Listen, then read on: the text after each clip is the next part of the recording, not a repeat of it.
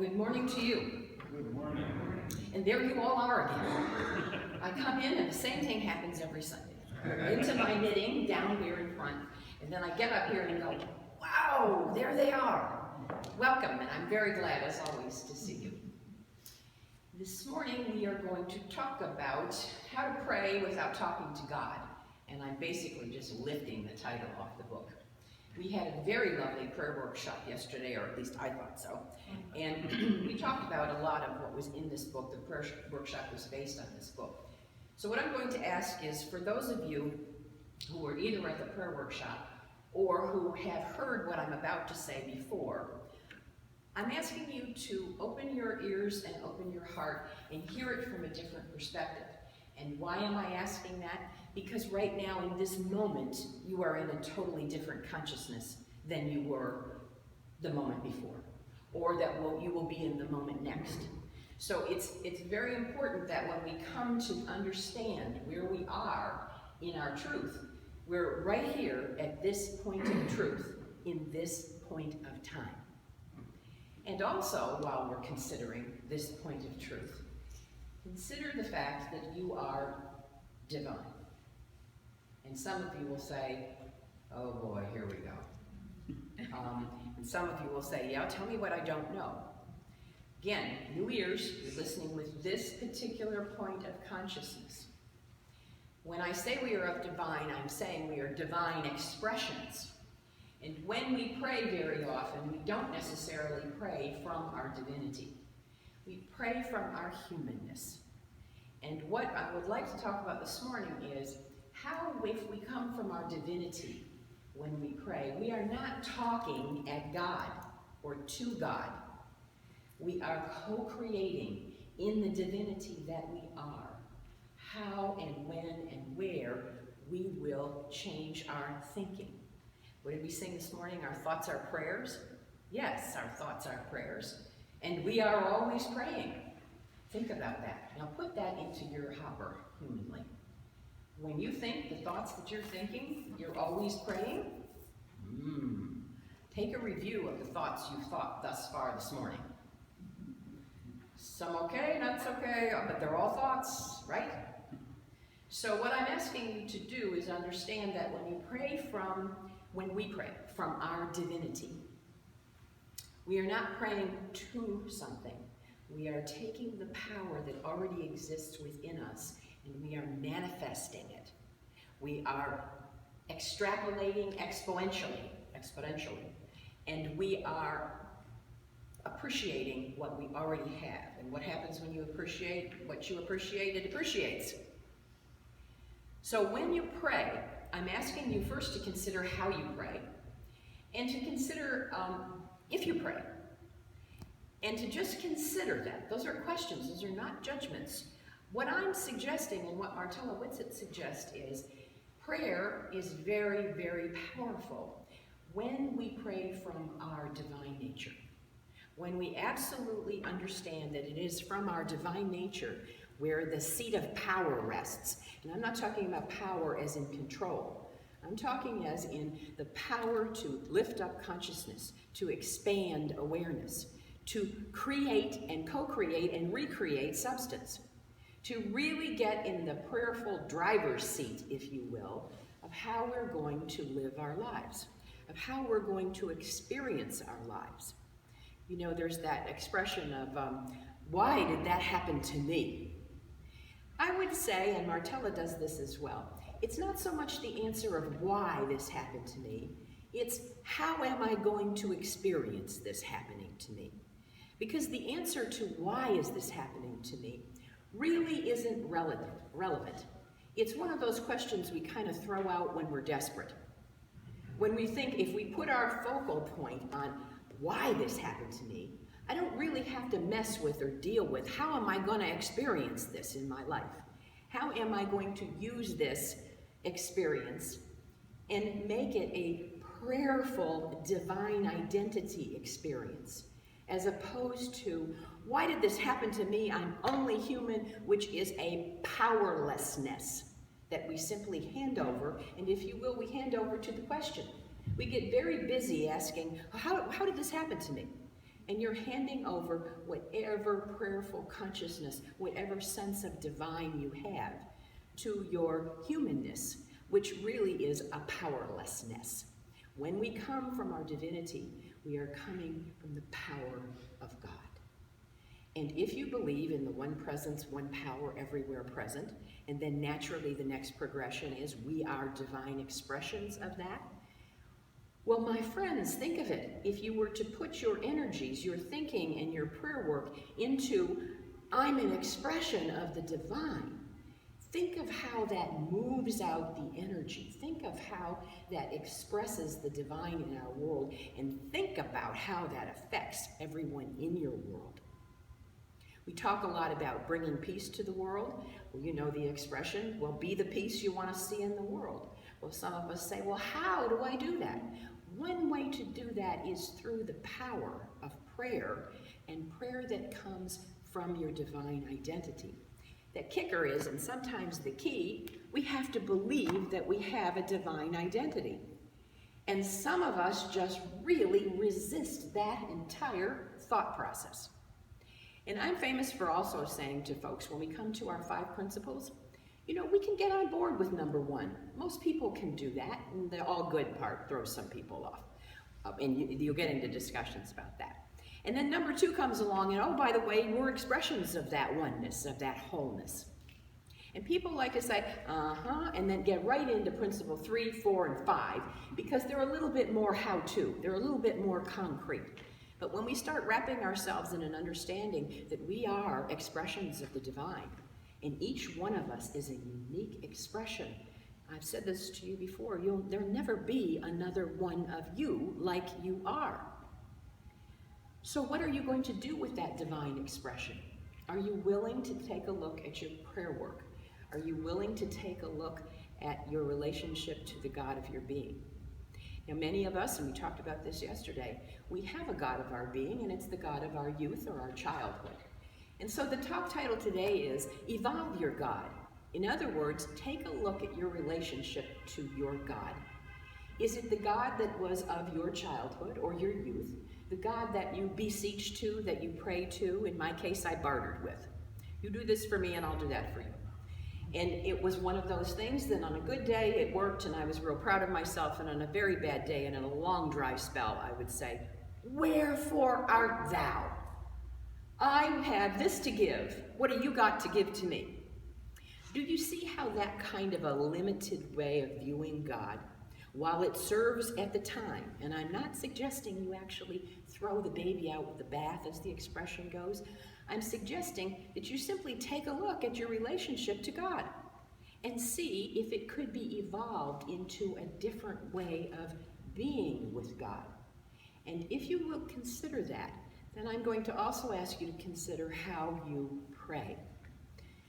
Is your prayer one to fix? Is your prayer a one of wholeness already in existence? There's no fixing necessary. Very often this happens when we pray with someone else, or we say we pray for someone else. I'm praying for the disease to go away. I'm praying for this person to be happy. Well, that assumes there's a lack there. That assumes there's a hole there that has to get fixed. And your prayer is somehow going to fix it. I would suggest to you, as does Bartella, if you pray knowing you are divine and you pray from the power of the divine within you, you will be praying an affirmation of wholeness that already exists, both in you and the person with whom or for whom you feel you have to fix. You see, if we all are expressions of the divine is in all of us. So the power comes from the declaration and the affirmation. I am a child of God. I am an expression of the divine. And the divine is whole, perfect, and good. So if I'm praying with and in that consciousness, I am already expressing wholeness, perfection, and all good. Do you get the distinction, the difference? It's a very different way of being when you stand and claim your divine identity and you pray in that uplifted consciousness. So I would make this suggestion to you often, and unity is based on prayer, Healing is a big part of our, as you saw in today's daily word, and as Pat spoke to, Myrtle Fillmore healed herself because she viewed herself as not inheriting sickness. Now, some of you are already scrunching your face up at me because you'll say, but what about the fact that she was sick? She had pneumonia. Yes, she did. That's the fact of the subject. The truth of the matter is she understood that she was an expression of the divine. Therefore, logically, she's whole, she's good, she's perfect. And she prayed to wholeness. She prayed from a sense of wholeness in order to heal. And that's exactly what she did. Now, very often, some of us think that ought to happen right away, and it doesn't. Myrtle was 2 years at it, at least that's the story goes. The point is not to have to fix anything. And very often we sow in our humanness, we want to fix someone that we think is broken, or someone that we think is, quote, not whole because they're sick. And the fact is, yes, they may have something of an illness, of a challenge, but they're whole, they're perfect and divine. And when we use our affirmative prayer, which is what we teach in Unity, we are affirming that wholeness, that divinity, and that perfection. And you see how powerful that is when we affirm wholeness, perfection, and oneness. And we affirm it from our own sense of divinity, our own identity. More than a sense, it isn't a sense, it's an identity of divinity.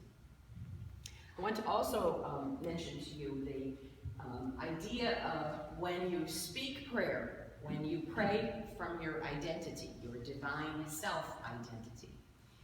Choose your words carefully. Be careful in all things when you're speaking, especially in prayer. Prayer can work both ways. You can pray for something that can be negative. You can pray for something that can be uplifting. So be careful those words that you pray and how you say them. And I'm not just saying the words that you say out loud, the words that you say to yourself. Back to our thoughts, our prayers. How often are we self-critical?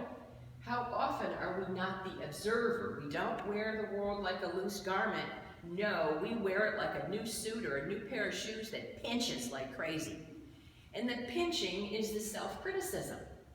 Why didn't I do that? I should have thought of that. Boy, that was rude. I didn't mean to do that. I found myself this morning to Nancy. I apologized for not inviting her to fellowship. We had a little fellowship before the prayer workshop. And the apology was sincere, but I wasn't coming from my divine self. If I was coming from my divine self, I would have affirmed that Nancy was taken care of, all was fine, and that I didn't have to go fix something. That is not to say we don't apologize. I'm a big fan of apologies. But if I had stopped and made the apology from my divinity, I would have come heart to heart and said, you know, I'm glad everything got taken care of.